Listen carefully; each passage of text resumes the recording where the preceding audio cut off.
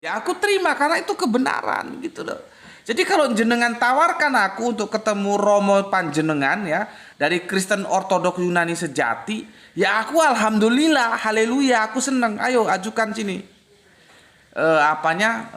Tertulislah. Kan aku nggak tahu gerejanya di mana, aku juga nggak tahu.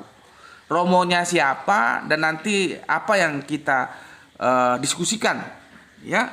Apa yang mau kita diskusikan? Misalkan Yohanes 1 pasal 3 dan itu kan selalu digunakan sebagai argumentasi handal bagi saudara-saudara kita yang ya baik yang Tritunggal maupun yang Oneses sama saja lah ya. Pokoknya bagi yang mereka yang mengalahkan Yesus lah ya. Oh ini Yesus mencipta segala sesuatu diciptakan oleh Dia kan begitu ya. Bener nggak itu oleh? Nah itu harus kita rujuk ke edisi Yunaninya dan aku sudah bahas itu Kang atau Mas Hen ya. Hendli Respolbika silakan lihat di video-video Gus Putih sudah aku jelaskan. Ya aku sih bukan sesuatu yang pakar-pakar Yunani enggak juga, tapi kan aku demen aja belajar. Kalau ketemu pada satu permasalahan dan aku perlu bahasa Yunaninya, maka bahasa Yunaninya aku pelajari. Jadi secukup untuk mengetahui ayat itu. Jadi aku pragmatis gitu loh. Ya. Makanya aku bilang sak dan antropos itu beda. Maka kalau terjemahan tidak diintervensi, tidak ada ceritanya Firman itu menjadi manusia, nggak ada ceritanya karena itu pakai sak dan itu sudah aku bahas. Tidak pakai antropos. Bagaimana dikatakan firman itu menjadi manusia Yohanes 1 berapa itu? 1:14.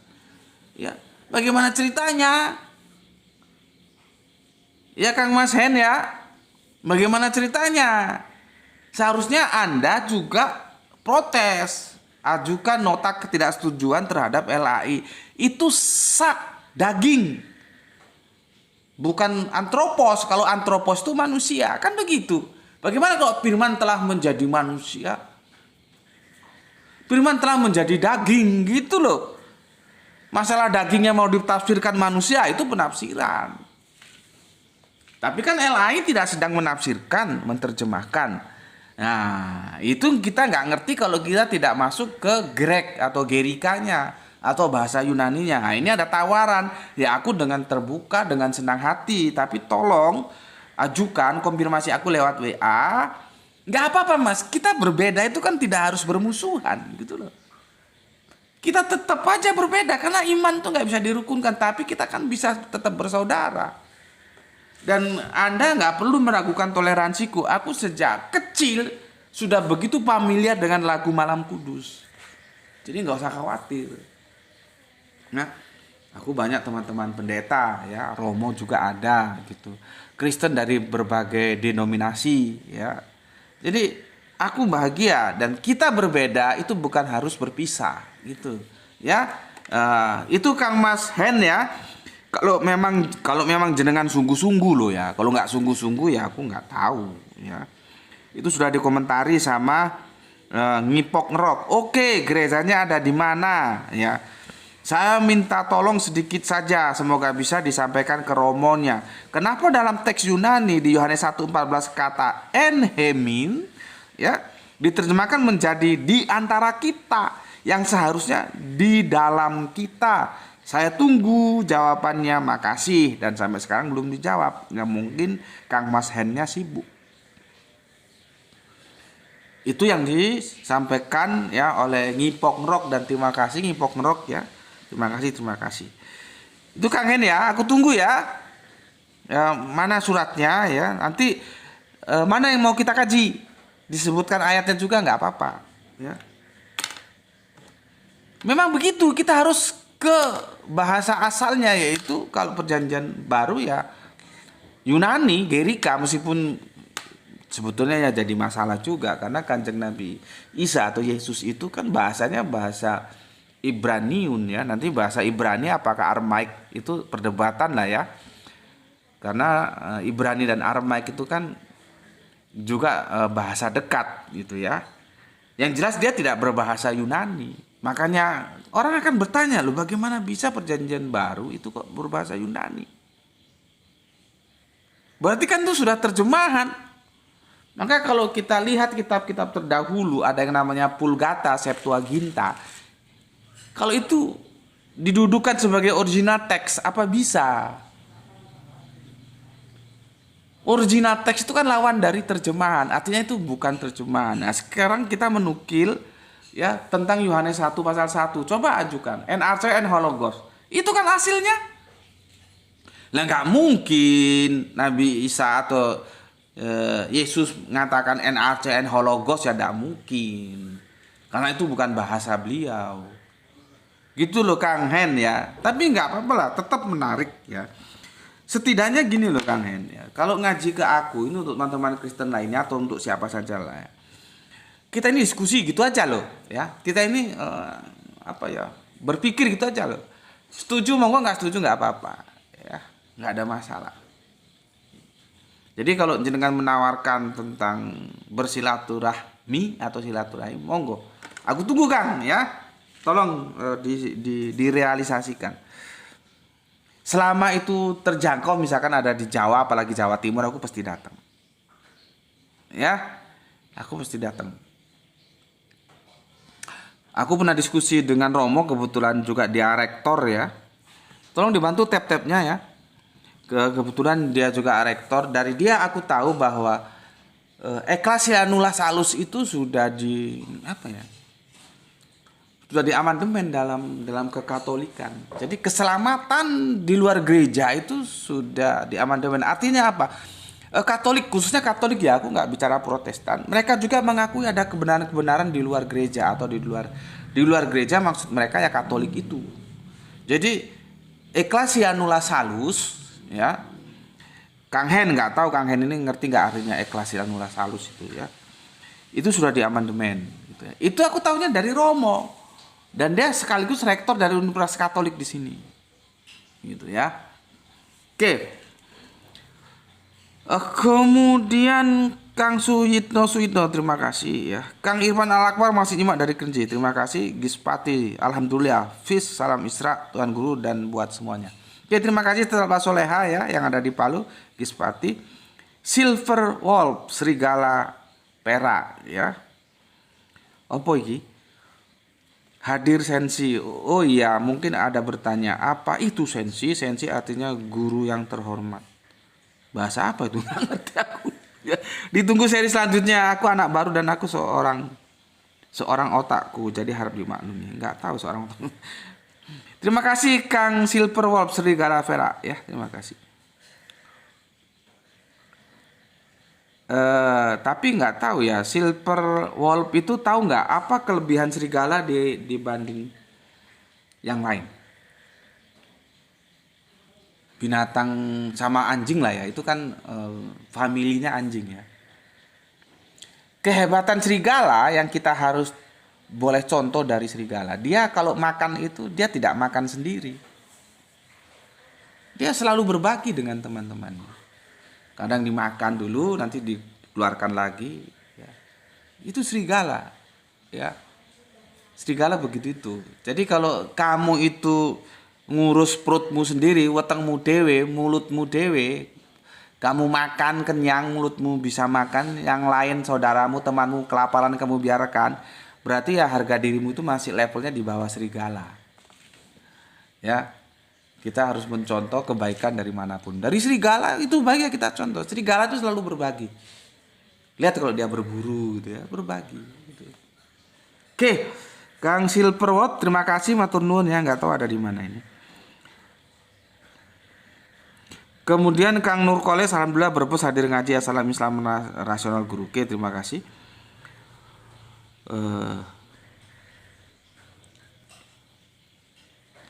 Apa ini? Yunus konsep syafaat jauh bedalah dengan ya jelas jauh. Beda syafaat dengan penebusan dosa itu beda ya. Dengan penebusan dosa ala oten ibarat hukum sudah nggak ada pengacara buat sidang di akhirat. Kalau di Islam sudah jelas pengacaranya nanti baginda Kanjeng Nabi Muhammad ya. Shallallahu Alaihi Wasallam yang langsung yang mencegah jangan sampai umatnya jatuh ke neraka saking cintanya sama umat melebihi segalanya ya, sampai di akhir ayatnya itu umatku umatku umatku gitu ya. Maka semua nabi itu mencintai umatnya tanpa terkecuali Kanjeng Nabi Muhammad ya. Beda antara syafaat dan penebusan dosa. Kalau penebusan dosa kan ada yang tersakiti, syafaat itu tidak ada yang tersakiti. Itu aja yang paling simpel untuk membedakannya ya. Oke. Matur nuwun Kang Mas Yunus ya. Cirebon hadir Kang Sunanto Nanto. Oke, matur nuwun ya. Kemudian Ngipok Rock. Ngipok Rock ini selalu tampil oke. Terima kasih Kang Ngipok Rock ya. Kemudian Bambang Wiku Herman ya, Bambang Wiku Herman. Sebentar gue ngopi dulu ya. 1 jam berlalu sudah ya. Biar gue selesaiin sehingga gue gak punya hutang kepada semuanya. Teman-teman yang di TikTok kalau mau mengajukan pertanyaan atau antum masuk ke komenan ya YouTube ya, supaya dokumentasinya kan ada, kalau di TikTok nggak ada. Dan yang di YouTube yang live sekarang, kalau insya Allah audionya bagus ya. Kalau videonya jelek ya biasanya jelek, ada gangguan signal apalagi seperti tadi. Jangan khawatir, nanti kan ada edisi recordnya aku unggah juga. Jadi terunggah 2, ada live ada record. Yang direkod insya Allah video dan audionya bagus ya. Oke. Sebentar, haus nih, mau minum kopi dulu. Bismillahirrahmanirrahim.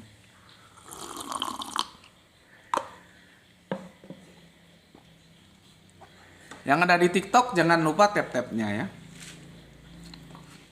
Kang Bambang Kui Herman. Gus, sampean nggak percaya diri ngajarin Quran ya? Ini orang yang nggak punya argumentasi gitu ya. Mas Bambang, kajian-kajianku coba lihat sih ya. Dan kamu lihat dari seri 1 sampai 2, 3, dan 4, 5, dan 6 ya. Terakhir kan seri ke-6 tentang Yesus diciptakan. Dan itu ternyata seperti tadi aku bilang, aku sudah bahas 4 tahun lalu loh. 4 tahun, bukan kemarin sore. Itu anak-anak Islam rasional sudah tahu. Maka kami di Isra ini hanya mengulang saja. Aku sudah bahas 4 tahun lalu loh. Tadi sudah aku bilang ya, ketika Yesus diciptakan. Dan semua kajian-kajianku termasuk yang ini ngulang sampai seri 6 ini, semua itu Alkitabiah. Artinya kalau kamu mampu untuk berhadapan dengan aku, ajukan argumentasimu yang disandarkan oleh ayat yang mana sebagai bentuk Alkitabiah. Bukan terus, gue sampean gak percaya diri ngajarin Quran ya? Ya kamu geblek dong. Orang mengajarkan Alkitab saja aku percaya diri, kok apalagi ngajarin Al-Quran. Gimana kamu itu? Cari argumen itu yang Alkitabiah gitu loh. Jangan kamu bingung, otakmu dedel kata orang Jawa. Ya, naonnya bahasa Sunda dedelnya. Tenyaho abdi mah. Dedel itu apa ya? Blow on gitu ya. Sehingga kamu cari sesuatu yang di luar Alkitab, yang itu justru menunjukkan bahwa kamu tidak cukup dewasa untuk tampil dalam ruang-ruang diskusi. Ya. Kalau kamu nggak setuju, sampaikan ketidaksetujuanmu, dan yang kamu setujui ayatnya apa, seperti apa, itu kita bisa ngobrol. Lah kalau ngomong, kok sampean nggak percaya diri ngajarin Quran ya? Nggak kebalik, ngajarin Alkitab saja aku percaya diri, kok apalagi ngajarin Al-Quran? Kan begitu. Seharusnya kerangka berpikirmu, Gus Beti percaya diri banget ya ngajarin Alkitab, berarti ngajarin Al-Quran lebih percaya diri lagi, kan begitu. Karena apa? Karena gue Islam. Belajar Alkitab itu jais. Jais itu artinya boleh-boleh saja. Kalau belajar Al-Quran itu wajib. Dan coba kamu lihat video-videoku, berapa kajian-kajian Quran itu kan bukan sesuatu yang bisa dibilang sedikit. Dan aku bela-belaan ngomong, aku sering mendekonstruksi terjemahan yang aku tidak setuju apa yang diterjemahkan oleh Depak. Tetapi aku tetap menghormati terjemahan itu. Ya monggo teman-teman, aku nggak ada paksa-paksa. Santri-santri Isra itu nggak pernah aku paksa harus mengikuti pemikiranku. Enggak, mereka aku berikan kebebasan. Karena aku juga ketika belajar Al-Quran, guru Al-Quranku 1, 2, 3, 4 tidak ada yang berani memaksa aku. Hidup itu bebas merdeka kok dipaksa-paksa. Ya. Makanya kalau ada teman-teman yang tetap menggunakan terjemahan Depak, tapi bukan semua terjemahan Depak itu salah, nggak begitu loh ya. Ya kita harus berterima kasih terhadap Depak lah, karena kalau untuk level belajar perdana ya masih lumayan lah. Tapi kalau kita coba mencari kebenaran yang hakiki, terjemahan itu tidak apa ya, tidak memuaskan gitu loh ya. Jadi lihat levelnya, advance-nya sampai di mana. Bagi aku tidak memuaskan terjemahan Depak. Tetapi bagi teman-teman yang masih menggunakan terjemahan, ya monggo saja gitu loh. Kan bertahap. Naik sepeda kan roda 3 baru roda 2, nggak ujuk-ujuk roda 2. Gitu. Dan aku ya seperti apa, misalkan kemarin aku menjelaskan asbahuka, tapi siapa nih, si Bambang ini nggak tahu, dia ngikuti nggak. Kalau kamu ngikuti seri-seri kajianku, aku juga menjelaskan Al-Quran ya. Kok kamu sepertinya nggak tahu. Inilah ya, nggak perlu Bang, emosi itu nggak perlu ya. Kegoblokan itu tidak bisa dihilangkan dengan emosi, tapi dengan studi. Santai saja, orang aku nggak mak. Kamu setuju monggo, nggak setuju nggak ada masalah. Kamu mau mampir ke channelku, nggak mau tinggalkan, cari yang lain juga banyak kok. Kan enak. Tuh, casnya habis tuh yang di live tuh. Gimana caranya? Coba kamu camut cas. Atau yang itu diambil dulu. Atau gimana lah, mumpung belum mati ya. Itu kamu tarik sini. Kurang dikit lagi kok. Itu aja tuh, itu ambil cas masuk nos itu. Hah?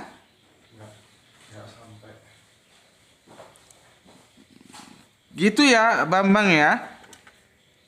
Jadi kajian-kajian Quraniku juga nggak bisa dibilang sedikit ya.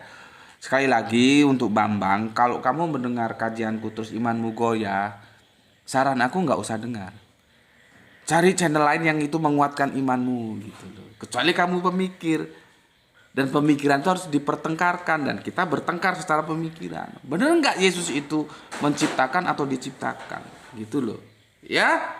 Oke. Dan berikutnya ya, aku mengajar Alkitab aja pede kok, apalagi ngajar Al-Quran. Karena Alkitab itu kan jais, boleh-boleh saja, tapi belajar Al-Quran itu wajib ya. Oke. Kang Lasdi ya, Lasdi gitu ya. Mau diputar kemanapun Yesus bukan sang pencipta alam semesta, artinya Yesus Nabi Allah. Mantap, setuju, agree ya. Jadi Yesus itu memang bukan pencipta ya, dia justru diciptakan ya. Dia adalah Nabi Allah. Kalau Nabi Allah ya bukan Allah gitu loh ya. Oke. Kemudian Hendrianus ya. Hendrianus, wah, santai aja Hendri, nggak usah terlalu galak lah ya. Aku juga kan ngajarkannya kan santai gitu ya, nggak usah terlalu galak, santai aja ya. Orang ini tak pas untuk bahas Yesus kalau tidak koordinasi dengan ahlinya, karena akan ngaco dan ngawur. Seharusnya kamu tunjukkan yang ngaco mana, yang ngawur mana, benernya bagaimana gitu. Tuh, jadi tertarik semua tuh. Ya. Hendrik ya, ini sudah dijawab lagi Pekorok. Siapa ahlinya kalau boleh tahu? Ya. Faktanya para pastor dan pendeta antar denominasi banyak yang saling membidatkan. Jadi siapa penyesat? Yang sebenarnya apakah mereka yang berada dalam gereja sendiri? Itu tanggapan dari Ngipokrok, dan aku hanya men-stressing point aja, menekankan saja. Sebetulnya sudah cukup dijawab ya. Jadi jangan ya, ketika orang ya menjelaskan tentang Yesus dan itu tidak seperti yang kamu imani, terus kamu bilang tidak pas orang ini bicara gitu. Nggak begitu. Coba kamu dengarkan gitu loh. Kalau kamu setuju kamu ambil, nggak setuju nggak usah kamu ambil. Tapi jangan ngomong nggak pas. Iman kadang Karena kamu akan mengukur imanmu. Siapa yang berbicara sesuai dengan imanmu, itu kamu katakan pas. Kamu katakan Yesus pencipta, aku bilang Yesus diciptakan, nggak pas, terus kamu bilang ngawur, ngaco. Itu nggak akademik gitu ya. Jangan yang berbeda dengan kamu bilang ngawur, kamu bilang ngaco. Kalau ngawur ngaco ya tunjukkan saja yang pada ayat yang mana ketika aku jelaskan itu menurutmu ngawur dan menurutmu ngaco. Kan enak. Nanti kita diskusi di situ. Ya. Oke. Jadi begini ya, Hendrianus ya. Orang ini tak pas untuk bahas Yesus kalau tidak koordinasi dengan ahlinya, karena akan ngaco dan ngawur. Ya. Akan ngaco dan ngawur. Sekarang aku kasih gambaran di internal Kristen aja lah ya. Five Gospel itu ngaco dan ngawur menurutmu? Kamu bilang dia bukan ahli. Ya. Five Gospel yang ternyata pernyataan Yesus di dalam Injil hanya 18%, itu ngawur menurutmu? Kalau menurutmu ngawur, kamu harus membantahnya juga dengan buku. Dia bikin buku, kamu harus lawan dengan buku, bukan ngomong doang. Atau siapa yang kamu anggap ahli? Benar nggak pernyataan Yesus itu cuma 18% dalam Five Gospel yang disusun oleh para ahli itu? Jangan sesuatu yang berbeda dengan imanmu kamu bilang bukan ahlinya dan itu ngaco dan ngawur. Lah yang ngawur kamu sendiri. Ya. Oke, sekarang siapa ahlinya? Sekarang kita ambil ya, kamu jelas menganggap Yesus itu sebagai Allah. Berarti orang yang menganggap Yesus bukan Allah, ya, yang dia diciptakan bukan pencipta, kamu bilang ngawur gitu. Jadi teman-teman Kristen Tauhid itu ya, Kristen apalagi Saksi Yehova gitu, terus Kristen Mormon kamu bilang ngawur gitu. Hanya kamu yang kelompokmu aja yang ahli Yesus gitu. Yang lain tuh geblek gitu. Ya. Sekali lagi aku ingatkan, jangan ketika orang berbeda pemikirannya dengan apa yang kamu imani, kamu bilang ngawur. Kalau kamu nggak setuju, bantah secara argumentatif. Karena yang mengklaim ahli-ahli saja suruh duduk bareng, who is Yesus? Beda-beda kok pendapatan mereka. Apa yang didapatkan mereka ya dari baca Alkitab beda-beda. Dan itu apakah nggak kamu anggap ahli hanya karena dia tidak seperti apa yang kamu imani ketika membicarakan Yesus? Jadi kacau. Ya, kamu jelas menganggap Yesus itu Allah, berarti Unitarian itu nggak ahlinya gitu. Kamu aja atau kelompokmu saja yang ahli gitu. Nanti Saksi Yehova yang tidak menganggap Yesus sebagai Allah dan dia tidak bisa mencipta, terus katamu itu bukan ahli gitu. Mormon bukan ahli gitu.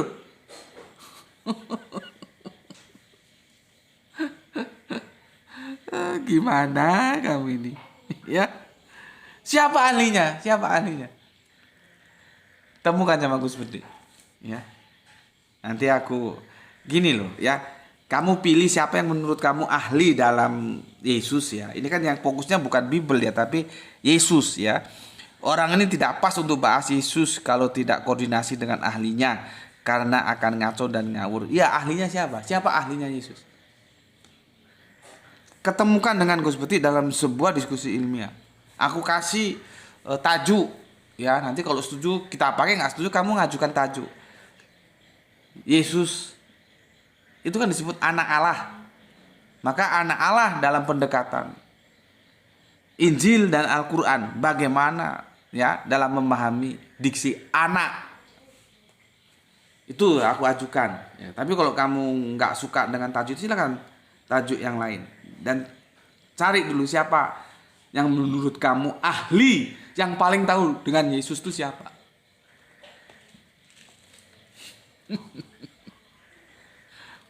Kalau ada ya orang yang mengaku dia ahli Yesus, dia paling tahu siapa Yesus, terus dia ngomong Yesus itu Allah, itu kok kebangetan gitu loh. Karena mamanya, Bunda Maryam yang melahirkannya tidak pernah ngomong bahwa anaknya itu Allah. Yang paling tahu siapa Yesus itu yang melahirkan dia, Bunda Maria.